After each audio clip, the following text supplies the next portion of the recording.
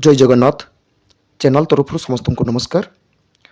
Right to education पारदर्शी portal रे ओडिशा रे थिबा प्राइवेट स्कूल मानकरे क्लास 1 रो एडमिशन पाई रेजिस्ट्रेशन बा फास्ट राउंड रो रेजिस्ट्रेशन चालू ही जाइछि। एही फास्ट राउंड रो रेजिस्ट्रेशन विषय रे बहुत पेरेंट्स करो किछि ना किछि कन्फ्यूज रहउथिबो, बुझिबारे किछि असुविधा होथिबो। तांको चेष्टा करिवे एही वीडियो माध्यम रे बुझिबा पई। जो पेरेंट्स माने जदि बुझिबारे किछि असुविधा होछि एही चैनल रे अबाउट रे फेसबुक लिंक इंस्टाग्राम लिंक रहिछि, सेठी जॉइन करी मेसेज करिवे, तांको डिटेल्स बुझिबा पई चेष्टा करिवे। एबे देखंतु राइट टू एजुकेशन बा आरटी पारदर्शी रे जो नोटिफिकेशन आछि सेतरे देखंतु एटा होछि फास्ट राउंड।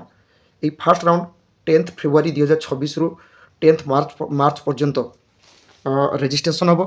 तापरे रेजिस्ट्रेशन करि सारिबा परे पिलामानकर फिजिकली वेरिफिकेशन हबो। तांकर एप्लिकेशनटा वेरिफिकेशन करिवे कोंठी बीओ पाखरु जो बीईओ अछंती तांका पाखरे होछि फास्ट राउंड रो वेरिफिकेशन केबेठारु 10 फेब्रुआरी रु 15 मार्च भितर ही तांकर वेरिफिकेशन हबो। एवं फास्ट राउंड रो जो लॉटरी माने सिलेक्शनटा जोंटा रहउछि लॉटरी हबो सेटा होछि 16 मार्च रे। तापरे पिलामानकर एडमिशन स्टार्ट हो जो पिला माने लॉटरी रे सिलेक्शन हेले तांकर एडमिशन स्टार्ट हो 17 मार्च 2026 रु 31 मार्च 2026 भितर ही पिला मानकर जो माने सिलेक्शन हेबे तांकर एडमिशन स्टार्ट हो। किंतु रेजिस्ट्रेशन करबा आगरु पेरेंट्स मानकर किछि जानिबा दरकार, ता सहित को माने अप्लाई करिवे एवं एप्लिकेशन टाइम रे कौन कौन डॉक्यूमेंट्स लगे तार डिटेल्स ये वीडियो माध्यम बुझेबी।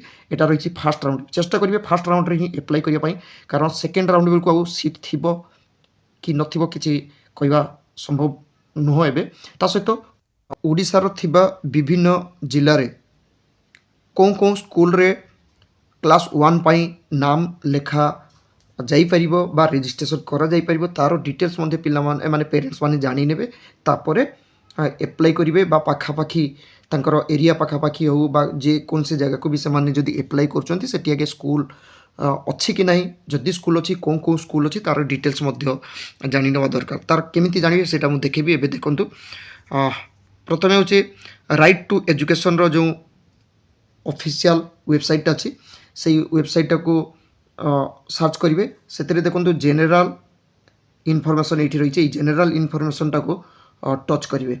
जनरल इनफॉरमेशन टाक जो टच कर देख ठीक एमती गोटे इंटरफेस आसीगला।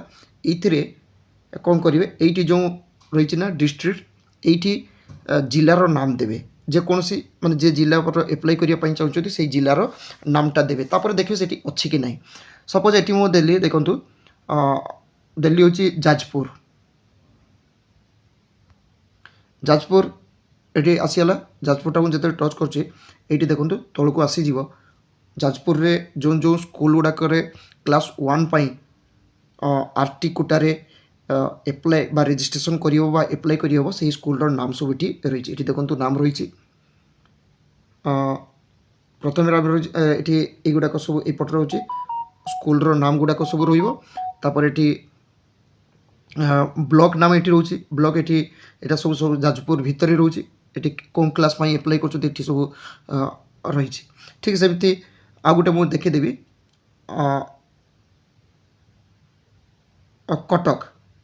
जदि आम कटक जिलाटा को सर्च करवा ताले कटक रे देखूँ ये तार डिटेल्स ये रही। स्कूल रो नाम ये इंग्लिश मीडियम क्लास 1 कौन वार्ड रे रही कौन ब्लॉक रे एटा रही तार डिटेल्स ये रही। सहित जिते एप्लाई करेंगे पिला माने किसी इंस्ट्रक्शन रोचे पिला माने तो एप्लाई करेंगे पेरेंट्स माने एप्लाई करेंगे से एप्लाई करने टाइम रे टिके आ किछि जानि नेबे। प्रथम रोचे सब पेरेंट्स मानू मु कहि रखिबी एप्लाई निजे करेंगे जेकोसी जनसेवा केन्द्र में जाकि एप्लाई करूँ। जदि निजे एप्लाई करेंगे ताले भल भल कथा। निजे जदि एप्लाई करछंती तापाई रोचे एई वेबसाइट एड्रेसटा जेटा rte-paradorshi.odisha.gov.in ये सर्च करेंगे। एते किसी इंस्ट्रक्शन रही जोटा कि खूब जानिबा दरकार। फॉर्मटा को सब फिलअप करदे जहाँ जहाँ जमती ଫର୍ମରେ ଯେଉଁ ସବୁ ଫିଲ୍ଅପ୍ କରିବା ପାଇଁ ଚାହୁଁଥିବ ମାଗୁଥିବ ସେସବୁ ଫିଲ୍ଅପ୍ କରିବେ। କିନ୍ତୁ ଆପ୍ଲିକେସନ୍ ସହିତ ଡକୁମେଣ୍ଟସ୍ କ'ଣ କ'ଣ ଲାଗିବ ସେଇଟାକୁ ଟିକେ ଜାଣିନେବା ଦରକାର। ଗୋଟେ ହେଉଛି ପ୍ରଥମେ ଆପ୍ଲିକେସନ୍ କରିବା ସହିତ 2 କପି ଜେରକ୍ସ ସବୁ କରି ନେଇଥିବେ। ମାନେ ଯେଉଁ ଫର୍ମଟା ଅନଲାଇନ୍ରେ ଆପ୍ଲାଏ କରିବେ ତା'ର କପି ତା ସହିତ ଯେଉଁ ଡକୁମେଣ୍ଟସ୍ ଦେବେ ସବୁଗୁଡ଼ାକ 2 କପି କରିକି ନେଇଯିବେ ବି ଅଫିସ୍କୁ। ବି ଅଫିସ୍କୁ ଯେତେବେଳେ ଯାଉଛନ୍ତି କ'ଣ କ'ଣ ନେଇଥିବେ ଅରିଜିନାଲ୍ ରେକର୍ଡ଼ ଅର୍ଥାତ୍ ଯେଉଁ କପିଟା ବାହାର କଲେ ଆର୍ଟି ପାରଦର୍ଶୀରେ ଯେଉଁ ଅନଲାଇନ୍ରେ ଯେଉଁ ଆପ୍ଲାଏ କଲେ ସେଇଟା ବା ଯେଉଁଟାକୁ କପି ବାହାର କରୁଛନ୍ତି, ଆବେଦନ ଆପ୍ଲିକେସନ୍ର କପି, ଯୋଗ୍ୟତା ଡକୁମେଣ୍ଟସ୍ ଅର୍ଥାତ୍ ସେଇ ଯୋଗ୍ୟତା ଡକୁମେଣ୍ଟସ୍ର ରହୁଛି ଯେଉଁ ଏଲିଜିବିଲିଟି ଡକୁମେଣ୍ଟସ୍ ଗୁଡ଼ାକ। ତାପରେ ଏଲିଜିବିଲିଟି ଡକୁମେଣ୍ଟସ୍ ଭିତରେ କ'ଣ କ'ଣ ସବୁ ରହୁଥିବ ଦେଖି ନେବେ। ଶିଶୁର ମାନେ ଯେଉଁ ପିଲା ଆପ୍ଲାଏ କରୁଛନ୍ତି ତା'ର